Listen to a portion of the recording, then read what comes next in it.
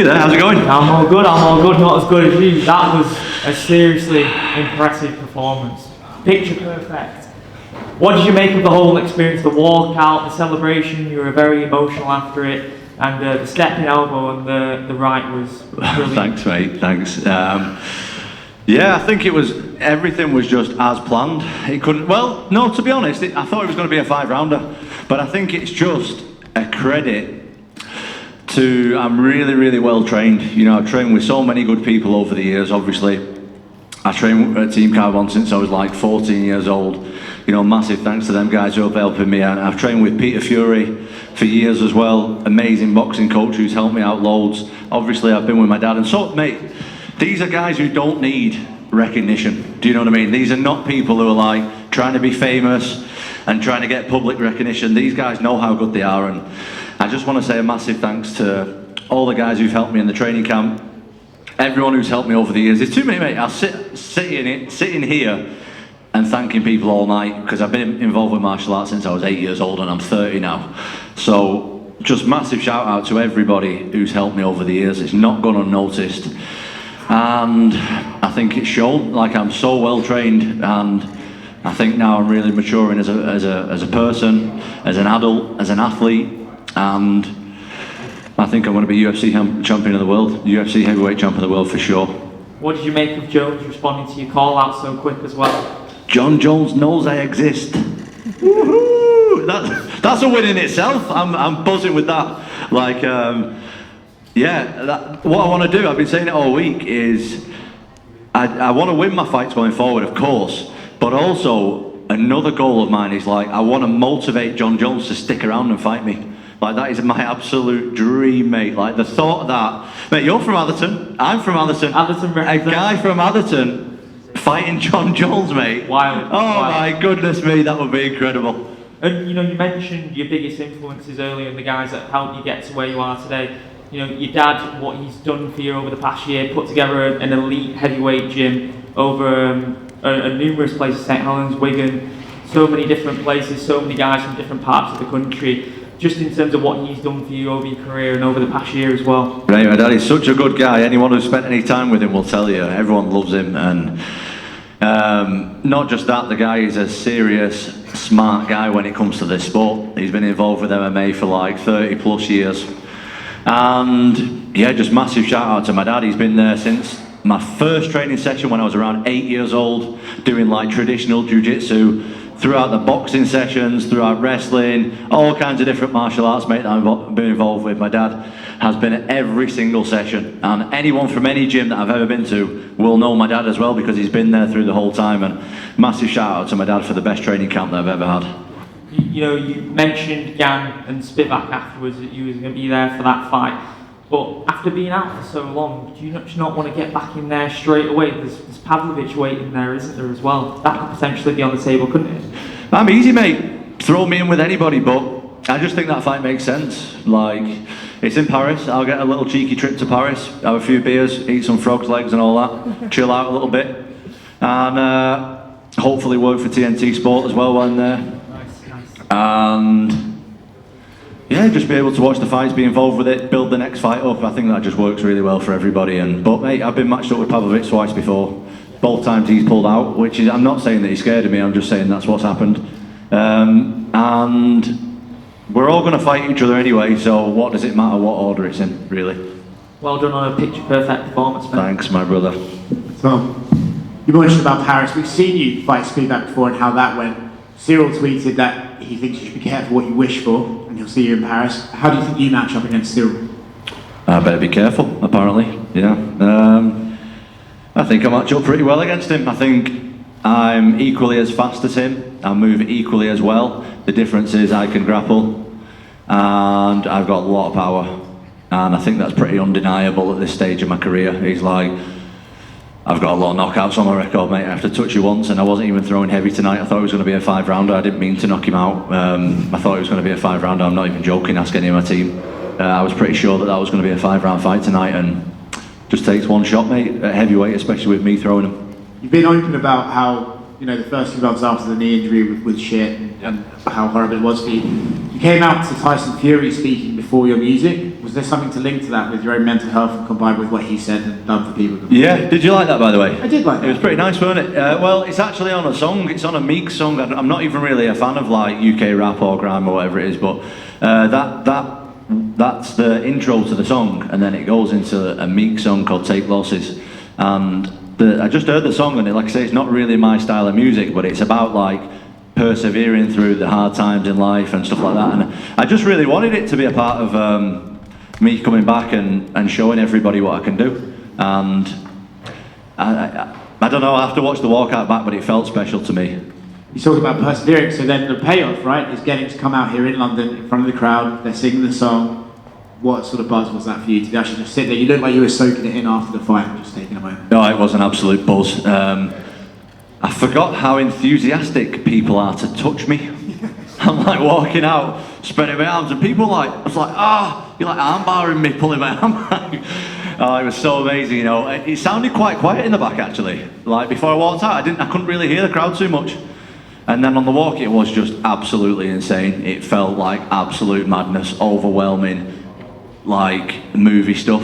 And I got in the octagon, mate, felt so calm. I've never felt as calm in my life. I could see everybody, I could feel everything, I could hear my coaches from the beginning. It was so loud, mate, it was so loud in there, I could hear like my dad and the rest of the corner so clearly, and it was just special, mate, it was amazing.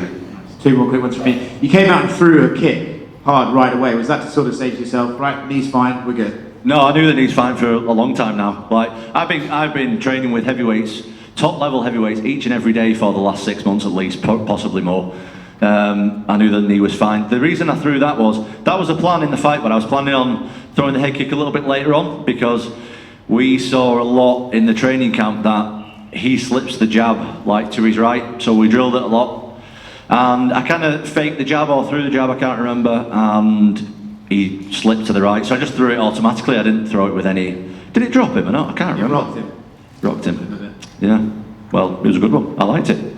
And then last one for me, you talked about this perseverance, and I get the impression when we spoke to you this week, you know, you come across as a different sort of figure. I know we used to speak all the time, you're like, I'm not really ready for Jon Jones or those guys, and even Cyril, you're sort of like, he's very, very good. You come into this week, I feel like with a lot more confidence. Did you have to go through the adversity of the knee to get to be this person today and be more confident? It sounds madness. Maybe it doesn't sound madness after what I've just done, but I was telling everyone that knee injury was the best thing that's ever happened to me. Honestly, it really was. Like, I had some of the darkest times of my life, but I feel like I learned so much from it, and I really figured out who I am in the adversity of it all.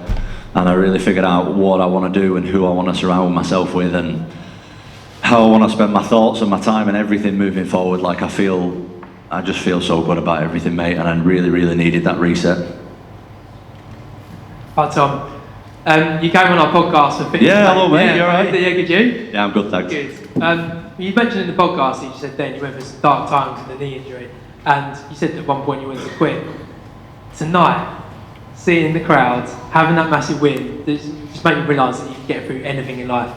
Yeah, that's a massive confidence builder for me, really is. Like, I knew I could do it, but to show everyone else that I can do it, I feel like I've got a lot of secrets that people don't know about in my game, and only really like people who train with me loads know how good I am, seriously. Like, because what I've shown in my fights is so minimal to what I can actually do, and I've barely had the opportunity really to show anything.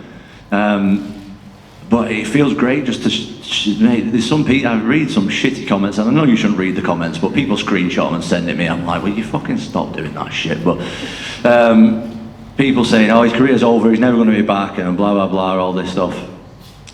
Stop it.